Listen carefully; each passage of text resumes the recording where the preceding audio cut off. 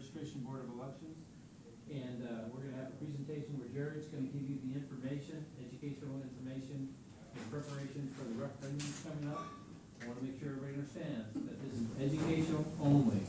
We're not trying to sway you to vote yes or no. Nobody's advocating for anything. We're just presenting the information so you can go in as an informed voter. Okay? Any questions on that? And if there is anything that appears to be advocating, just keep in mind that is not the intent. There's no reason to sway you one way or another. Okay? And you'll be allowed to ask questions as we go along, as Jared makes his presentation. And at the end of that, there'll be public comment where you can come up and ask whatever question you want. And Jared or I will attempt to answer that. Okay? With that, we'll give it to Jared. All right. Thank you, Brian. My name is Jared Felix. I know a lot of people in the room, but just in case I don't know you, I'm Assistant County Administrator of Infrastructure. And again, Miss Marie Walls is our Director. Smalls, I'm sorry. Excuse me. Marie Smalls is Director of Voters Registration. So thank you for joining us and participating. So we're going to cover what's on the sales tax and things for you to be aware as you approach the ballot on November 5th. First of all, did everybody get one of these pamphlets as you came in the door? So it'll be on the screen in just a minute. We'll talk about the project specifics, but want to make sure you have that. So if it's a little hard, we can go through that as well. So in short summary, at the end after you go through all your national, state, and local elections for different politicians, there will be a local two questions that our county council put on there, they approved, and they will be these two questions. So the first question, really straightforward, is a 10-year, up to $950 million sales tax for transportation and transportation use. So this is that the two thresholds, the way it reads from state statute, is either 10 years or $950 million. So whichever one comes first. So if $950 million is collected in 8 years, then the tax would suspend. It would be ended. If we get to 10 years and only have collected $900 million, then it would still come off. So it's either or. So there is a sunset specified as part of statute and required. Question 2 seems a little complicated, but it's really not that complicated.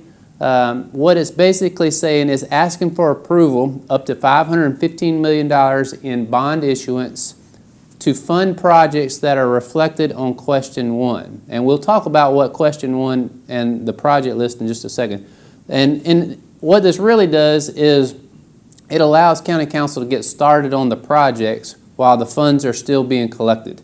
So what question 2 is, it is not an additional tax. It is only associated and paid for by the tax that's collected in question number 1. It's also, I've heard this question, it is also not associated with property tax. It is only applicable if question 1 gets approved. So if question 1 gets disapproved, regardless if question 2 was approved, it would automatically not be applicable. Because again, it only comes into effect if question 1 is collecting up to $950 million. Does that make sense? I see head nods. Okay. So the other thing that you'll notice, question 1 is pretty short. There's a little bit more detail in your pamphlet, but in essence, what it talks about is, well, excuse me, if you get the big sheet, it's outside on the big sheet, but we'll, yeah, this sheet, thank you. So it's referenced here, and what it looks like exactly is on page 2 of the big sheet. If you didn't get that, stop by outside and get it. So it talks about $950 million, $900 million being towards transportation projects, highways, roads, streets, and bridges, and then $50 million towards green belts. So all in all, that's $950 million. What it doesn't talk us the specifics of those. So your job as an informed voter is to, what you're doing here tonight, is to get informed on what those specific projects are, because this is all you will see on the ballot. And then question 2 is pretty close to what I just referenced up there. The difference in the $900 and the $50 million, it's all the same tax. $900 million, like I said, is road projects. $50 million is essentially conservation. So we currently have a green space sales tax, and green space is all of that funding. There's no road projects in that. It's all focused towards conservation efforts or density reduction efforts. So the green belt that's allowed for in the provision for this transportation tax is very similar to what we have. There's a few nuances, but very similar to that, or we're more familiar with Rural and Critical Lands program in Beaufort County, so very similar. All right, so what exactly are those list of projects? So I'm going to go over them on the screen. They're also inside your pamphlet if you pull them out, and we'll go through them. And in the pamphlet it has a little bit more definition. So when you go and vote, that question 1, this is exactly everything that question 1 embodies. Okay, so again, it will not read that. It will only say the short blurb, but this is what it is. So let's go over these projects, and then if there's any questions, we'll have time at the end for questions and answers, and can definitely get into more ins and outs if you have questions specifically. So the first 3 projects are what we consider regional major infrastructure projects. So the first one is the Triangle Project. Anyone in the room, have you heard of the Triangle Project already? A few head nods. Okay, so this is southern Beaufort County. This is the section of SC 170 from 278 up to 462, and excuse me, I said 278. The section of 170 from 278 to 462, 278 from 170 back to Walmart, so which is Argent Boulevard, and then Argent Boulevard from 278 up to 170. So if you look at that on a map, it looks like a triangle. So behind the 278 bridge project to Hilton Head, the existing project, this is the highest ranked priority project in the entire region, not just Beaufort County, but Jasper County. And I'm going to skip to the third project, SC 46. This too is in the lower part of the county, and SC 46 is from the traffic circle at 170 to the Jasper County line. So improvements to there. And then also it has some considerations from the traffic circle back towards Buckwalter, some intersection improvements through that section of 46. The reason I'm talking about those together is our neighboring county, Jasper County, is going through the exact same process that we are with a sales tax on their ballot in November.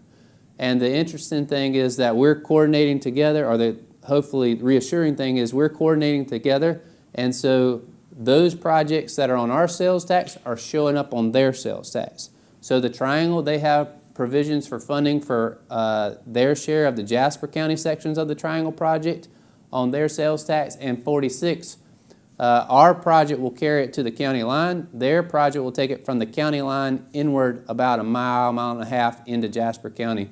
Once you get into Jasper County, there's 2 or 3 roads that come into a kind of wonky intersection there. And so part of that project will be to consolidate those and make that intersection make sense.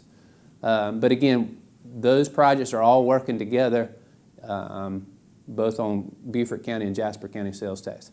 I skipped number 2, the Rebo Road improvements. So that's most important up here north of the Broad. So over the last year or so, Beaufort County, the city of Beaufort, and Port Royal have all been working together on a new plan for Rebo Road. We don't exactly know what that is. We didn't start out with any preconceived notions. We basically took the comments that we received from the public and the data that the engineers went out there and put together some plans. We made some presentation, and we heard a lot of public comment. And the good thing is we heard a lot of public comment. We didn't have any preconceived notions, and we're taking that comment in. One thing I want to just go ahead and put straight out there, one of the major things we heard was, if you know anything about the project, was a road diet, so 3-lane section. That 3-lane road section is no longer being considered. Okay? So I'm going to say that again. That 3-lane road section is not part of that project.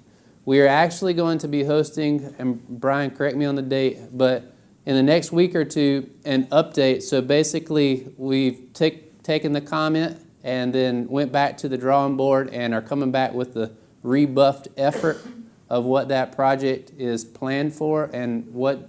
23rd at TCI. So at the 23rd, October 23rd, there's going to be an additional meeting to speak specifically to Rebo Road at TCL, and it's going to show the comments that were received, the edits that the design team to what is a more close to a final version. I'm not going to say it's final. We'll see what kind of comments we get, but the hope is that the comments that received, people will see that, look, this wasn't preconceived. It's been adjusted. They heard that we didn't want 3 lanes or specific roundabouts and different things like that. So all those things are going to be addressed at that 23rd? I'm sorry, 25th. Okay. There will be definitely press release that the county puts out, and I'm sure the city and town will both share in that release. So we'll get the information out to everybody as specific meeting location as well. Scott, thank you for being here, City Manager with City of Beaufort. All right, so that's Rebo Road.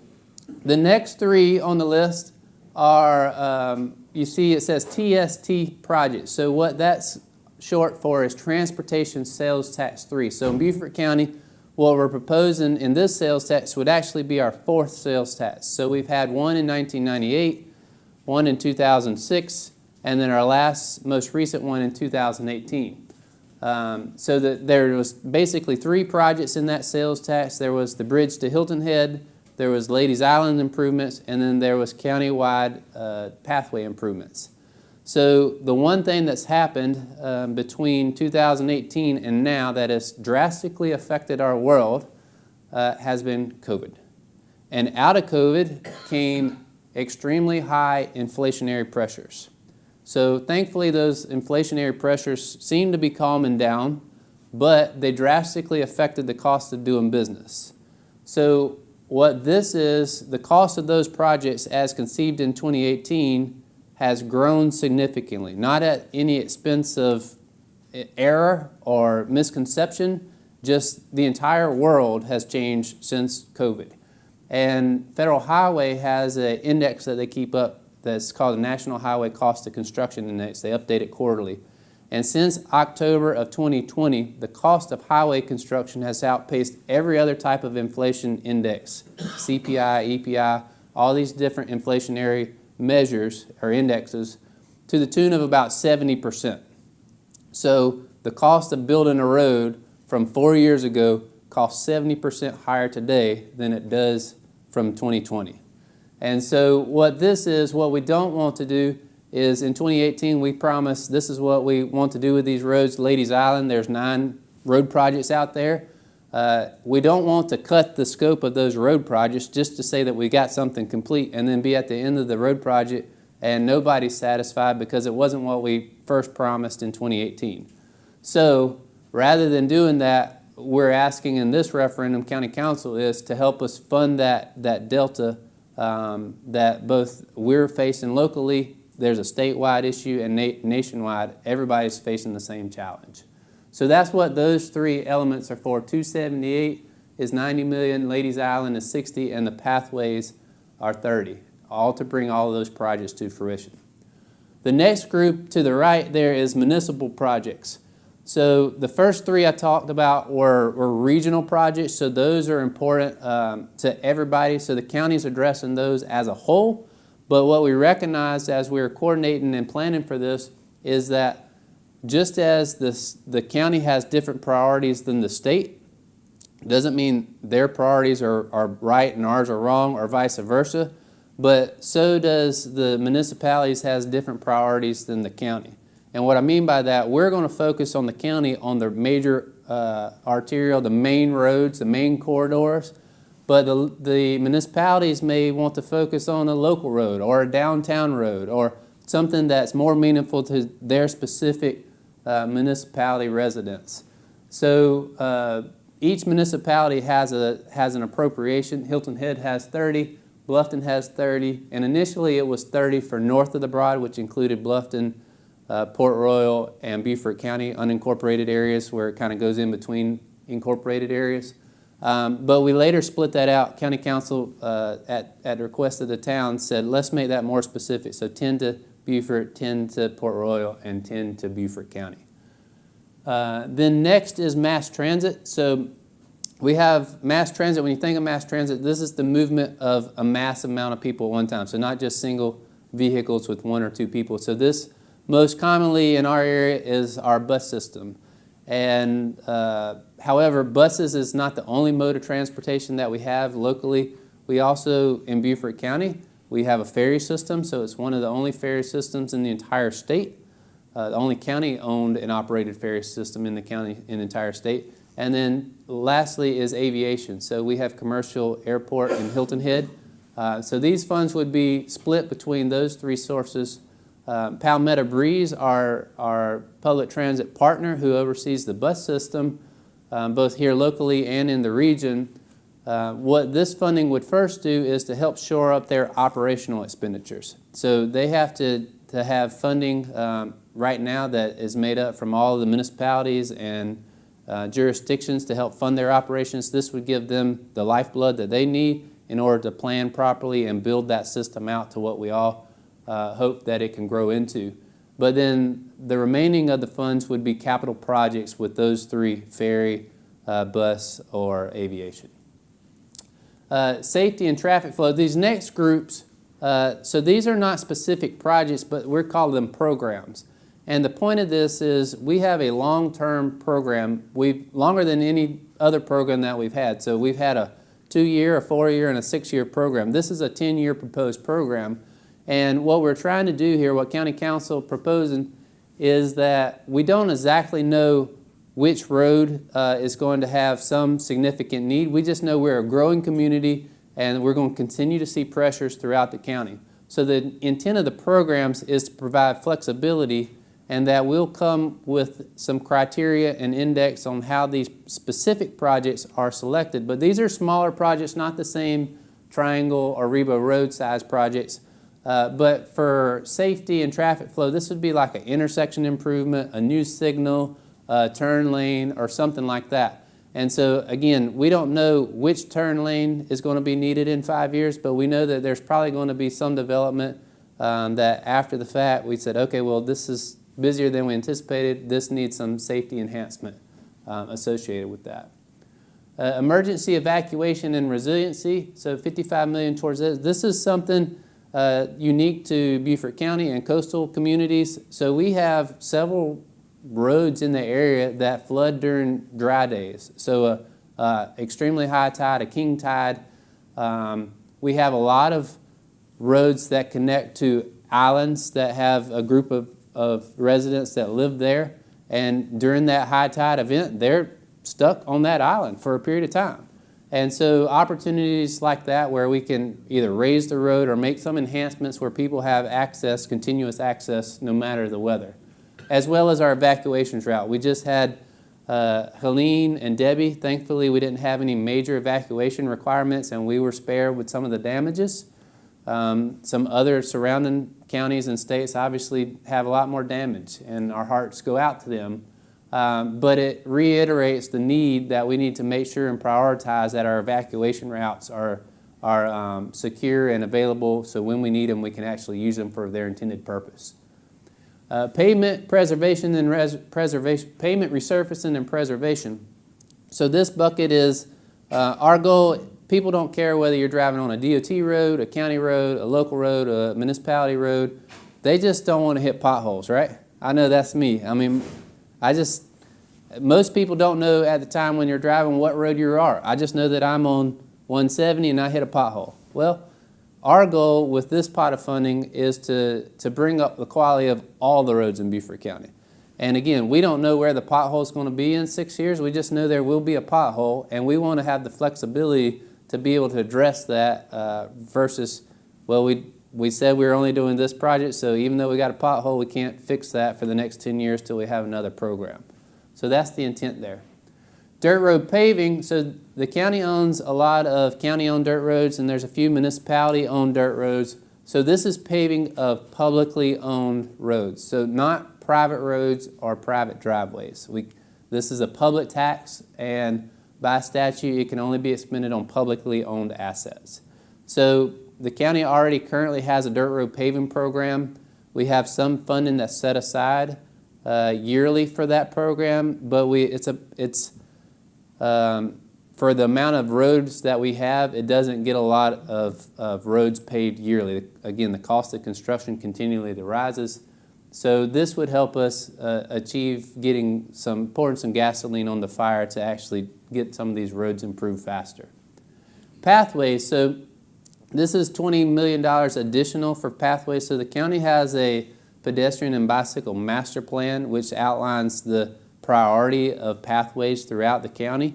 And the intent is to start implementing that plan with this funding source.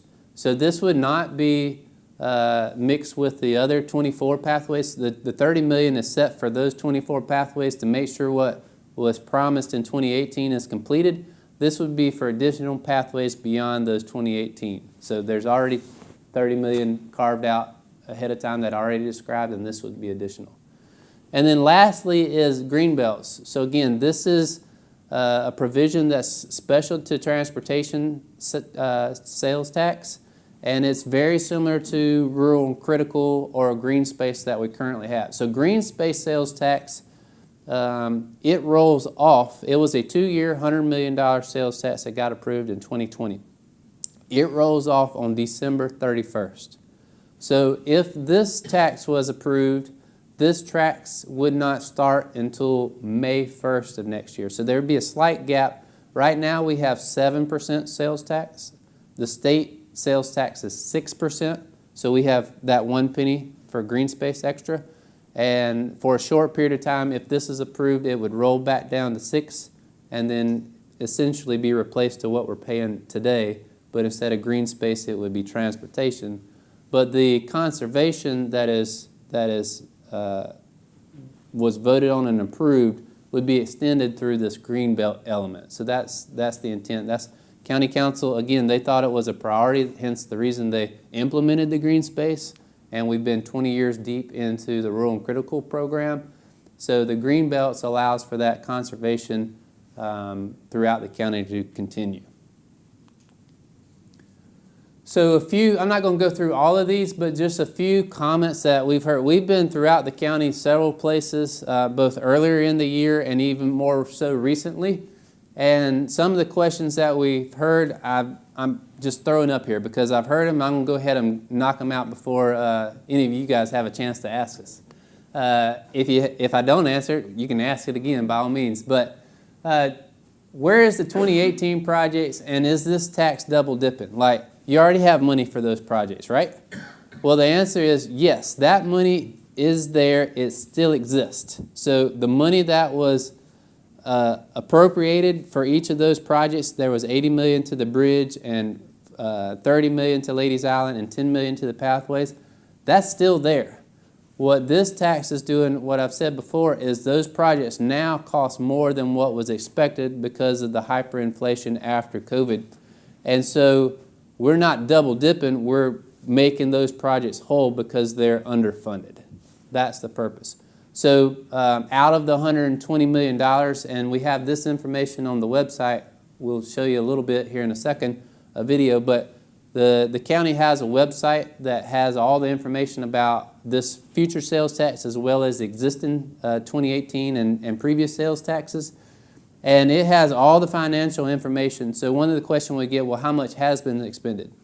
The 2018 sales tax, it actually over-collected a little bit. It only shuts off on the quarter. So if you're right there at the limit and then you get it a couple weeks into the quarter, well, it collects for that entire quarter. So we ended in 2018, it was $120 million or 4 years. It actually ended up collecting about $145 million in 2.5 years by the time it cut off in the quarter. Out of that, approximately $30 million has been expended. Most of that is on engineering and design. The bulk of it is construction costs. So we have constructed, a few of those have made it all the way through to construction. And so as projects, a lot of them are in the right-of-way acquisition phase. So as those come to construction, that number will start jumping up faster. And once 278 Bridge starts construction, obviously it'll really suck up that money from 2018. So like I said, all that information is there if you want to research and find. It's on the website, and you can tool around and take a look. So we're not double dipping. Not much is complete. Why? One of the reasons we have 24 pathways, which seem like easy. You got a bridge. Okay, that makes sense that that's going to be a harder project, take a little bit longer. But you've got you got these pathways, and why aren't any of the projects done on Ladies Island? Well, specifically to the pathways, it seems great. Everybody in Beaufort County enjoys walking on trails, on the Spanish Moss Trail. Everybody loves the recreation aspect until it's in your front yard. So then people don't love it quite as much when they're having people walk across their front yard, or what used to be their front yard. Most of the pathways have about 10 parcels at least. So if you think about that, 10 times 24, that in itself is 240 parcels. And each parcel, what we're required to do is to reach out to the landowner, appraise the value, first design it and say, okay, we need to acquire 10 feet to make this pathway project possible. 10 feet times 100 feet, however wide your parcel is, this is what the appraised value of that acquisition would be. From there, they can say yes, no, let me get my appraisal, and it's a back and forth. And then if we can't agree, then we have to go to the next step and continue down. So do that times 240, so it just takes a really long time. And then a lot of our projects also, we're in a low-lying area. We have tidal influence and marshes. A lot of them run into wetlands. And anytime you run into a wetland, the level of permitting it drastically increases and takes a long time. So those are the two factors that really slow down the process, specifically here in Beaufort County as compared to maybe other parts of the state. Sidewalk projects, so they are all under design. Some of them are completed. Most of them are in that right-of-way phase. And so as they get through, if we only have 8 out of 10 complete, we can't start. So we got to get 10 out of 10 on each pathway in hand before we can start. So as each project gets completed, so we don't have a definitive time, they will be completed by X date. But as they are coming out to construction. How does this benefit St. Helena? Is anybody here from St. Helena? Okay, I'll pass on that. What happens if the referendum doesn't pass? We've had this question a lot. There's a couple things that could happen, and I don't know what will happen. I don't have a crystal ball, but I can give you some options on what could happen. The first thing is nothing. So if this doesn't pass, the choice of least resistance is there are no funds to no additional transportation projects in the area. Another option is, or let me go through the options and then I'll back up to DOT. Another option, if County Council so chose, would be to fund some of the projects through property tax. So raising millage, maybe they don't have to raise millage, maybe they do. It just depends on what they have in the current budget and or how big the project is, whether there would be millage increase or property tax. But property tax is another method that County Council has as a tool in the toolbox. And then lastly is if County Council wanted to hit pause button for now and then come back in another 2 years. So transportation, you can only put it on general election, so every 2 years. So if County Council wanted to, they could bring this back up in 2 years and ask for the voters to give another vote on it. So those are 3 possible scenarios. Don't know which or any of those would be utilized, but those are the 3 that come to mind. One question we get a lot: well, why do we even have to do anything? Why can't DOT do the roads? And DOT could do the roads. Most of the roads in the county are DOT-owned roads. The issue is, just as it's a county issue, is they have a limited amount of funding. And like I said earlier, their priorities are different than our priorities. Doesn't make them right or wrong. They just have a focused priority. They have 4 main priorities. And they have $2.5 billion, which sounds like a lot until you think about how many roads they have. They have over 40,000 miles of roads in the state. So once you start thinking about that and how much it costs to build things, it doesn't go as far as you think. Their 4 priorities are interstate widening, bridge projects, safety, and resurfacing. So right away, Beaufort County doesn't have any interstates in Beaufort County. So we're not going to get any of that funding out of their prioritized efforts. Bridges, our bridges, other than the bridges to Hilton Head, which are already programmed, are in satisfactory condition. They're in pretty decent condition compared to other bridges across the state. So we're really not getting out of that bucket either. So the only bucket out of DOT's $2.5 billion is safety projects, which are typically smaller, and resurfacing, which again is not the same level of investment as interstates or bridges. So where DOT sits on this is they know this is a tool that local governments have, and so they're allowing local governments, if they want to see projects beyond their priorities on their system, they're allowing local governments to use local resources. So if there's a capacity project or a special project that's more specific to us than the rest of the state, they're depending on local resources to help meet that need. All right, Beaufort Port Royal, I've already hit that question. No one wants a 3-lane roundabout. I've heard that statement very many times. And what is the status of that project? As I mentioned, October 25th, there will be another public discussion on what the end product will be. Here's the short story on Rebo Road. No matter what the long-term plan is, we know that there will be a funding requirement to implement that plan. So the goal is we're going to continue to meet with the public and finalize what that plan looks like, but at the end of the day, there will be a need if we'd like to see improvements on this corridor out here. So that's why we have the $75 million plugged in there while the plan is finalized and developed. What are the municipal projects?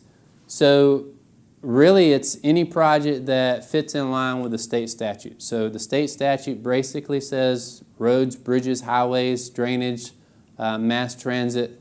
So anything that fits those priorities. The only caveats in that that are more south of the Broad than north of the Broad is County Council for Hilton Head said, out of Hilton Head, your $30 million, you need to address Sea Pine Circle. That is something we heard as County Council went around, and we were halfway through the process and gave me feedback input.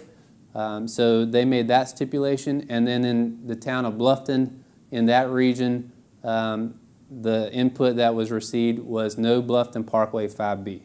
So they made that specific to that. So Bluffton can do anything else that they want to that's within the statute except build that section of the new road. As far as the city of Beaufort or Port Royal, any project that meets that statute, they're allowed to do, whether that's a downtown local road. Port Royal has a spine road into their downtown city center. That's something. I know Scott's here with the city. I'm sure they have a list of projects and probably have discussed it at City Council, some of the priorities. And if we have questions about that, maybe Scott can answer that later. So really, the world is open. There's not a specific project, and they'll go through, coordinate with their councils what their priorities and needs are. And what happens if the referendum doesn't pass? Already answered that. Will the sidewalks be finished? Dirt road paving, rural areas, referendum. All right. So, like I said, I've already mentioned this before, but we have a county website, BeaufortCountyPenny.com, where there's a host of information, and you can click on it there with the barcode, or it's in your trifold pamphlet. It's the same place. And want to just give you a quick overview. Got a video that kind of walk you through and show you some of the information that's on that website that you can go and, like I said, explore a little bit more at your leisure. So, Brian?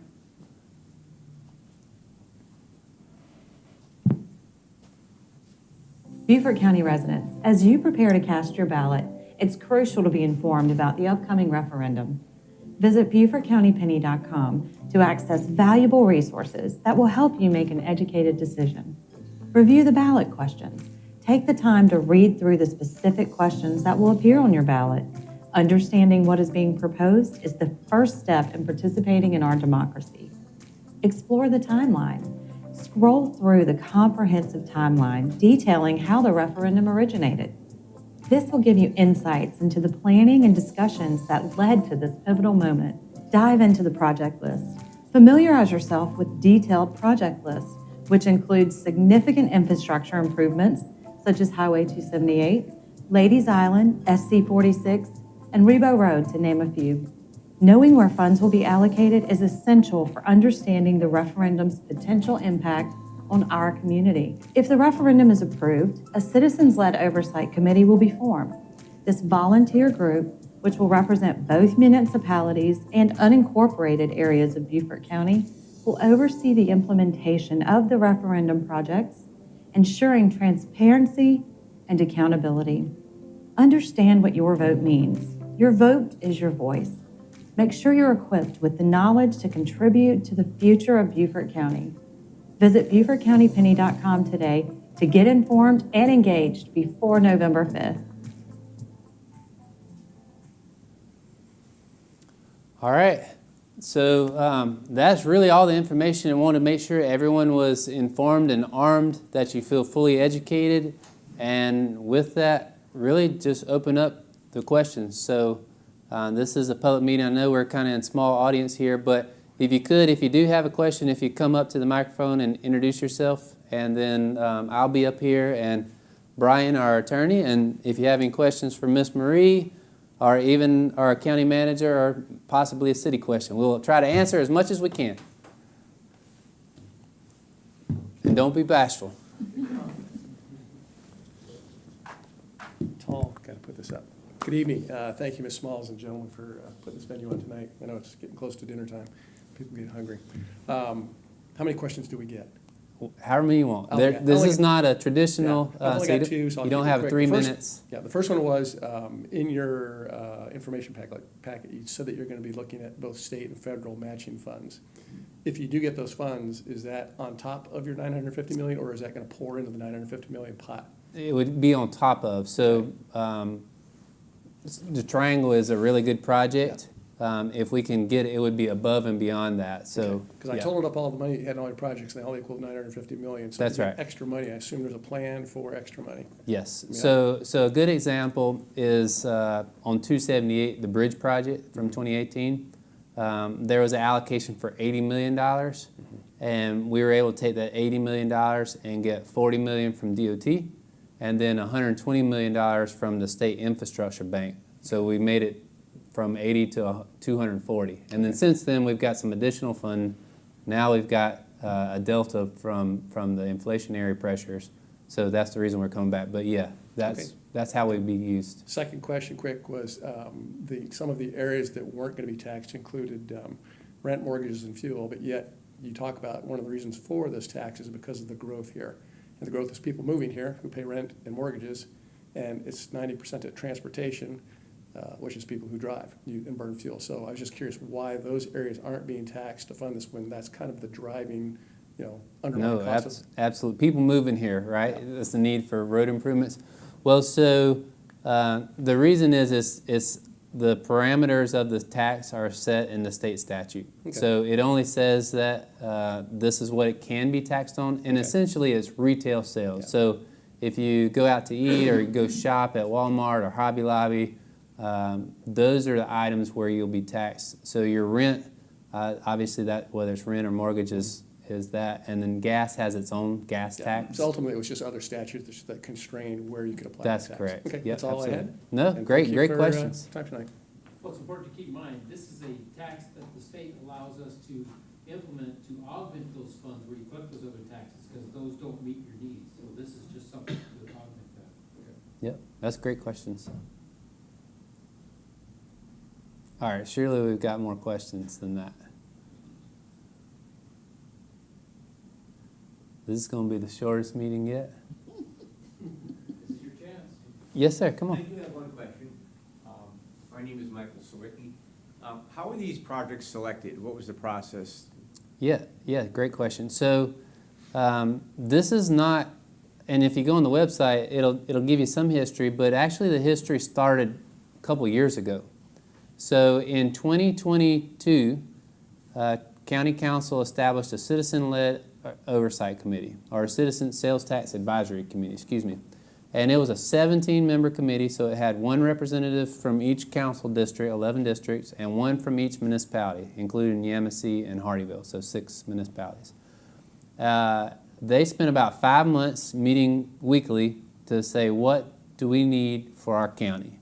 And they came up with a list of road projects. That's where the list originated from.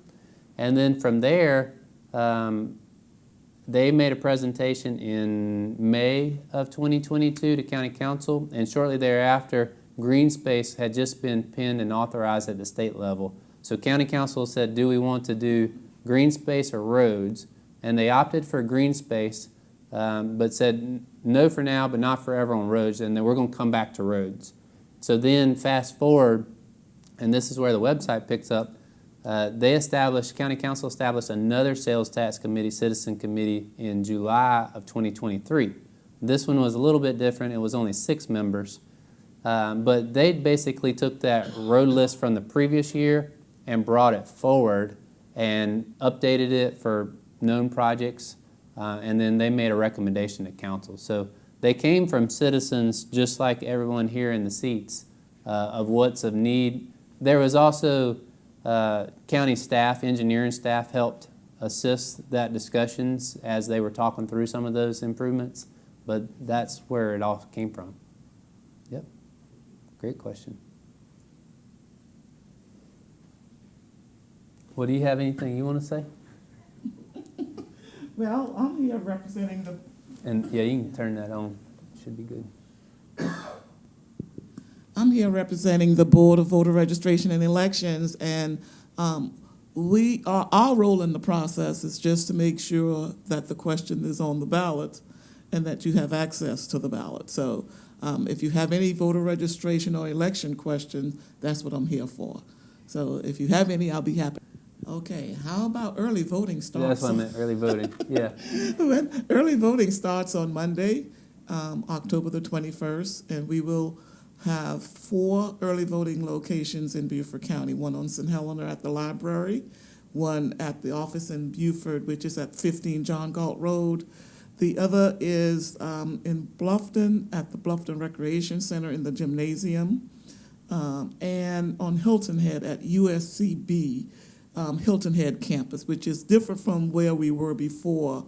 And it's a larger facility which will accommodate more people. So if you are living in any one of those areas, or if you're in those areas within the next 2 weeks and you want to cast your ballot early, you can use either one of those locations. You don't have to wait until Election Day. On Election Day, you will have to go to your assigned precinct. So during early voting, we are open until 6 o'clock in the evening, Monday through Saturday. So please spread the word. Let people know they have access to the ballot more often than they would just on Election Day. Perfect. All right. Yeah, absolutely. My name's Leila Kent. I live in Shell Point, and they did a lot of surveying saying they're gonna put a sidewalk. Mm-hmm. So I guess they're probably in the process of talking to all those homeowners. Yes, very much so. Is that what's going on there? Very much so. So there's been preliminary design on each project. We County Council passed a resolution that we're going to have 2 public meetings at a minimum. The first one is to say, hey, we're coming to you. We don't have much of a plan other than that we're putting a pathway. And the next one is typically further along, kind of 50 or 60% in design, to make sure that we're in the right direction. And so we've hosted those, and then we are in that right-of-way and permitting phase. So I heard it was gonna be on the left side, not on the school side. Brian Bauer, our engineering director, is here. I don't know the specific. Brian, do you know? We can get, if you leave me or Brian your information, we can give you the specifics. Also, if you go on the website, it's there as well too. What we clicked on was the 2024, but there's information on 2018. So either way, if you want to look at that way or not, we can let you know more specifically. Yep. All right. Well, I think then we appreciate everybody coming and spending a little bit of your evening with us. And again, Brian? Just to reiterate, this is just educational and factual information. There's no intent to advocate one way or another, persuade you to vote for or against the referendum. It's your own personal decision. We want you to have the information you need to make an intelligent and informed decision. Brian's our attorney. If I didn't introduce you, I'm already. All right. Thanks, everybody. Appreciate it so much. Have a great evening.